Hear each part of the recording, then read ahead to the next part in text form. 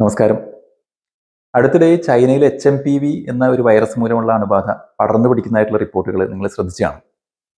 വർഷങ്ങൾക്ക് മുമ്പ് corona virus ചൈനയിൽ നിന്ന് പൊട്ടിപ്പുറപ്പെട്ടതിന് ശേഷം ഉണ്ടായ ഗുരുമാലുകൾ ഇപ്പോഴും നമ്മൾ ഓർക്കുന്നതിനാൽ പുതിയ വൈറസിനെ കുറിച്ചുള്ള വാർത്തകൾ കേട്ട് മിക്കവാറും എല്ലാവരും കുറച്ചൊക്കെ ആശങ്കയിലായിരിക്കും.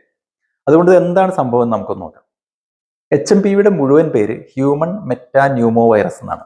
ഇത് പുതിയ വൈറസ് ഒന്നുമല്ല. 2001 നെതർലാൻഡ്സിലാണ് ഇദ്ദേഹത്തെ ആദ്യമായിട്ട് കണ്ടുപിടിക്കുന്നത്. ശ്വസനേന്ദ്രിയ വ്യൂഹത്തെ ബാധിക്കുന്ന ഒരു വൈറസാണ് ഈ പറയുന്ന HMPV. ഇദ്ദേഹത്തിന്റെ മനോഹരമായ രൂപം നിങ്ങൾക്ക് ഇവിടെ കാണാം. ഇന്ത്യയിലും ഈ അണുബാധ പല പഠനങ്ങളിലും കണ്ടെത്തിയിട്ടുള്ളതാണ്, പ്രത്യേകിച്ച് കുട്ടികളിലും രോഗപ്രതിരോധ ശേഷി കുറഞ്ഞവരിലും. പൂനെ, ഡൽഹി, ചെന്നൈ എന്നീ നഗരങ്ങളിലെ ആശുപത്രികളെ കേന്ദ്രീകരിച്ച് നടത്തിയിട്ടുള്ള പല സ്റ്റഡീസിലും ന്യൂമോണിയ, ബ്രോങ്കിയലൈറ്റിസ് എന്നിങ്ങനെയുള്ള ശ്വാസകോശ സംബന്ധമായ അസുഖങ്ങൾക്ക് കാരണമായിട്ട് ഈ വൈറസിനെ കണ്ടെത്തിയിട്ടുണ്ട്, പ്രത്യേകിച്ച് വിന്റർ സീസണിലും മൺസൂൺ കാലത്തിന്റെ തുടക്കത്തിലും. എല്ലാ പ്രായത്തിലുള്ള ആളുകളെയും ഇത് ബാധിക്കാമെങ്കിലും രോഗലക്ഷണങ്ങൾ കൂടുതൽ സീരിയസ് ആവാൻ സാധ്യതയുള്ളത് ചെറിയ കുട്ടികളിലും വളരെ പ്രായമായവരിലും പിന്നെ രോഗപ്രതിരോധ ശേഷി ഏതെങ്കിലും കാരണങ്ങൾ കൊണ്ട് കുറഞ്ഞവരിലുമാണ്.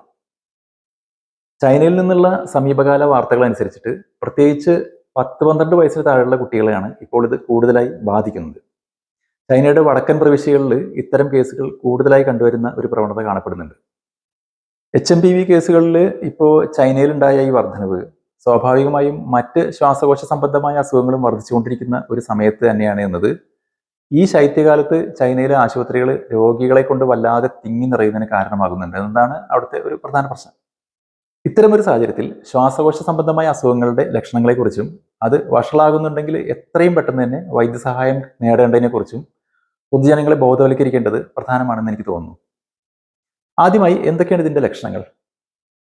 മറ്റ് ശ്വാസകോശ സംബന്ധമായ വൈറൽ അസുഖങ്ങൾക്ക് സമാനമായ ലക്ഷണങ്ങളാണ് പ്രധാനമായിട്ടും HMPVക്കും ഉണ്ടാവുക. അതായത് ചുമ, പനി, മൂക്കൊലിപ്പ്, മൂക്കടപ്പ്, തൊണ്ടവേദന, ശ്വാസതടസ്സം എന്നിങ്ങനെയുള്ള ലക്ഷണങ്ങൾ. അസുഖം കൂടുതൽ വഷളായാൽ ബ്രോങ്കിയോലൈറ്റിസ് അല്ലെങ്കിൽ ന്യൂമോണിയ എന്നിങ്ങനെയുള്ള കൂടിയ അവസ്ഥകളിലേക്ക് എത്തിച്ചേർന്നേക്കാം. പ്രത്യേകിച്ച് നേരത്തെ പറഞ്ഞ പോലെ ശിശുക്കളിലും കൊച്ചുകുട്ടികളിലും ഏറെ പ്രായമായവരിലും അല്ലെങ്കിൽ ദുർബലമായ രോഗപ്രതിരോധ ശേഷി ഉള്ളവരിലൊക്കെ. എങ്ങനെയാണ് ഇത് പടരുന്നത്?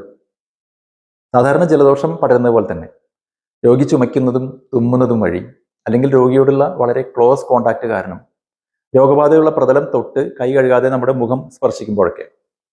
കൊറോണ വൈറസിന്റെ ആവിർഭാവത്തോടെ നമുക്കെല്ലാവർക്കും പരിചിതമായ കാര്യങ്ങൾ തന്നെയാണ് ഈ പറഞ്ഞതൊക്കെ. രോഗനിർണയം എങ്ങനെയാണ്? മുൻപ് കോവിഡിന്റെ സമയത്ത് PCR ടെസ്റ്റ് ചെയ്തിരുന്നതൊക്കെ നിങ്ങൾ ഓർക്കുന്നുണ്ടായിരിക്കും. അതേ PCR ടെസ്റ്റ് തന്നെയാണ് HMPVയുടെ കൃത്യമായ രോഗനിർണയത്തിനുള്ള ഏറ്റവും വിശ്വസനീയമായ മാർഗം. എന്നിരുന്നാലും പല സാഹചര്യങ്ങളിലും ഈ ടെസ്റ്റുകൾ പെട്ടെന്ന് ചെയ്യാനുള്ള സൗകര്യങ്ങൾ കുറവായതുകൊണ്ട് മിക്കവാറും രോഗചികിത്സ ലക്ഷണങ്ങളെ മാത്രം ബേസ് ചെയ്തിട്ടുള്ളതായിരിക്കും. ആന്റിജൻ ടെസ്റ്റും വൈറൽ കൾച്ചറുമാണ് പിന്നെ ചെയ്യാവുന്ന ടെസ്റ്റുകൾ. എങ്ങനെയാണ് ഇതിന്റെ ചികിത്സ? സപ്പോർട്ടീവ് ട്രീറ്റ്മെന്റ് ആണ് ഏറ്റവും പ്രധാനം. ഡീഹൈഡ്രേഷൻ ഒഴിവാക്കുക, ശരീരത്തിന് ആവശ്യമുള്ള ജലാംശം ഉറപ്പാക്കുക, പ്രത്യേകിച്ച് ശ്വാസതടസ്സം കാരണം വെള്ളം കുടിക്കാൻ മടി കാണിക്കുന്ന കുട്ടികളിൽ. പനിക്കും വേദനയ്ക്കും പാരസെറ്റമോൾ അല്ലെങ്കിൽ ഐബുപ്രൂഫൻ പോലെയുള്ള മരുന്നുകൾ ഉപയോഗിക്കാം.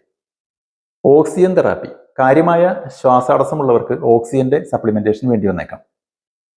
പിന്നെ HMPVക്ക് പ്രത്യേക ആന്റിവൈറൽ ചികിത്സയൊന്നുമില്ല. രോഗലക്ഷണങ്ങൾ മനസ്സിലാക്കിയും സങ്കീർണതകൾ സസൂക്ഷ്മം നിരീക്ഷിക്കുകയും വഴിയാണ് ചികിത്സ മുന്നോട്ട് കൊണ്ടുപോവുക. കോംപ്ലിക്കേഷൻസ് എന്തെങ്കിലും ഉണ്ടായാൽ അത് പരിഹരിക്കുന്നതിനായിരിക്കും പ്രധാന പരിഗണന. ഐസൊലേഷൻ, ആശുപത്രി പോലെയുള്ള സ്ഥലങ്ങളിൽ ഇത്തരം അസുഖങ്ങൾ പടരുന്നത് തടയാൻ രോഗികളെ ഐസൊലേറ്റ് ചെയ്യാൻ മുൻകരുതലുകൾ എടുക്കേണ്ടതുണ്ട്. പ്രത്യേകിച്ചും HMPV ആശുപത്രികളിൽ പെട്ടെന്ന് പൊട്ടിപ്പുറപ്പെടാനും വലിയ തോതിൽ പടരാനും സാധ്യത ഉള്ളതുകൊണ്ട്. ഇനി എങ്ങനെയാണ് ഇതിനെതിരെയുള്ള പ്രതിരോധം? ഇതൊക്കെ പൊതുവെ കോവിഡിന്റെ സമയത്തെ പോലെ തന്നെയാണെന്നേ.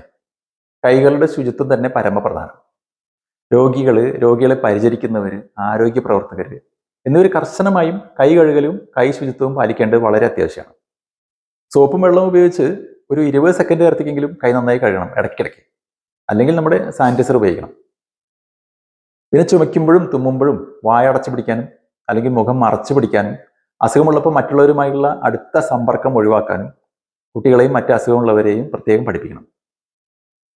രോഗികളുമായിട്ടുള്ള close face to face contact ഒഴിവാക്കണം.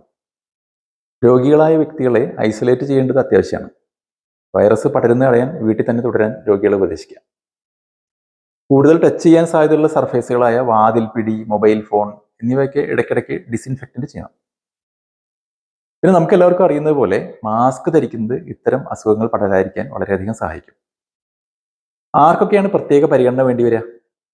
നേരത്തെ പറഞ്ഞ പോലെ ഉയർന്ന അപകട സാധ്യതയുള്ള ഗ്രൂപ്പുകൾ, അതായത് ശിശുക്കള്, പ്രായമായവര്, പ്രതിരോധശേഷി കുറഞ്ഞ രോഗികൾ, വിട്ടുമാറാത്ത ശ്വാസകോശ രോഗങ്ങളുള്ളവർ എന്നിവർക്ക് കൂടുതൽ ശ്രദ്ധ കൊടുക്കേണ്ടി വരും. ഇത്തരക്കാർക്ക് രോഗം ഗുരുതരമാകാനുള്ള സാധ്യത കൂടുതലാണ്. അവരെ പലപ്പോഴും ആശുപത്രിയിൽ അഡ്മിറ്റ് ചെയ്യേണ്ടതായി വരും. രോഗലക്ഷണങ്ങളുടെ തീവ്രത, പ്രായം, ആരോഗ്യസ്ഥിതി എന്നിവയെ അടിസ്ഥാനമാക്കിയാണ് ഇത് തീരുമാനിക്കുക. കടുത്ത ശ്വാസതടസ്സമോ നിർജ്ജലീകരണമോ ഉള്ള ശിശുക്കൾക്ക് ഇൻപേഷ്യന്റ് പരിചരണം ആവശ്യമായി വന്നേക്കാം. അതുപോലെ രോഗലക്ഷണങ്ങൾ വഷളായവർക്കും മറ്റ് ഗുരുതരമായ അസുഖങ്ങൾ കൂടെയുള്ളവർക്കും ഇൻപേഷ്യന്റ് ട്രീറ്റ്മെന്റ് തന്നെ വേണ്ടി വന്നേക്കും. HMPVക്ക് വാക്സിനേഷൻ എന്തെങ്കിലും ഉണ്ടോ? നിലവിൽ HMPVക്കെതിരെ വാക്സിൻ ഒന്നുമില്ല. ലക്ഷണങ്ങൾ വഷളാകുന്നുണ്ടോ അല്ലെങ്കിൽ HMPV അണുബാധയ്ക്ക് മീതെ സെക്കൻഡറി ബാക്ടീരിയൽ അണുബാധകൾ വരുന്നുണ്ടോ എന്നിവ അറിയാനായിട്ട് രോഗികളെ സസൂക്ഷ്മം നിരീക്ഷിക്കേണ്ടി വരും. അങ്ങനെ സംഭവിക്കുകയാണെങ്കിൽ ആന്റിബയോട്ടിക്കുകൾ ഉപയോഗിക്കേണ്ടതായി വന്നേക്കാം. അപ്പോൾ പറഞ്ഞു വരുന്നത് HMP വൈറസിനെ അങ്ങനെ വല്ലാതെ പേടിക്കേണ്ട കാര്യമൊന്നുമില്ല എന്നാണ്. ശരിയായ മുൻകരുതലുകളും ജാഗ്രതയും എടുത്താൽ HMPV എന്നത് നമുക്ക് ഈസിയായി നിയന്ത്രിക്കാനാവുന്ന ഒരു രോഗം മാത്രമാണ്. കോവിഡ് പോലെ പടർന്ന് ലോകം മുഴുവൻ വീണ്ടും ഒരു ലോക്ക്ഡൌണിലേക്ക് പോകാനുള്ള സാധ്യതയൊന്നും തൽക്കാലം ഒട്ടും കാണുന്നില്ല. ഒട്ടുമിക്കവാറും രോഗികളും മറ്റ് കോംപ്ലിക്കേഷനുകളൊന്നുമില്ലാതെ രോഗം മാറി പൂർവ്വസ്ഥിതി പ്രാപിക്കുകയും ചെയ്യും. നല്ല ശുചിത്വ ശീലങ്ങൾ പാലിക്കുകയും സമയോചിതമായി ചികിത്സ തേടുകയും ചെയ്താൽ മാത്രം മതി. ഈ രോഗം പകരുന്നതും നമുക്ക് കൃത്യമായി തടയാൻ സാധിക്കും. അപ്പോൾ ഈ വീഡിയോ നിങ്ങൾക്ക് ഉപകാരപ്രദമായി എന്ന് കരുതുന്നു. HMP വൈറസിനെ കുറിച്ചുള്ള തെറ്റിദ്ധാരണകൾ മാറ്റുവാനും വേണ്ട മുൻകരുതലുകൾ എടുക്കുവാനും ഈ വീഡിയോ നിങ്ങളുടെ പ്രിയപ്പെട്ടവർക്കായി ഷെയർ ചെയ്യുക. So thanks for watching.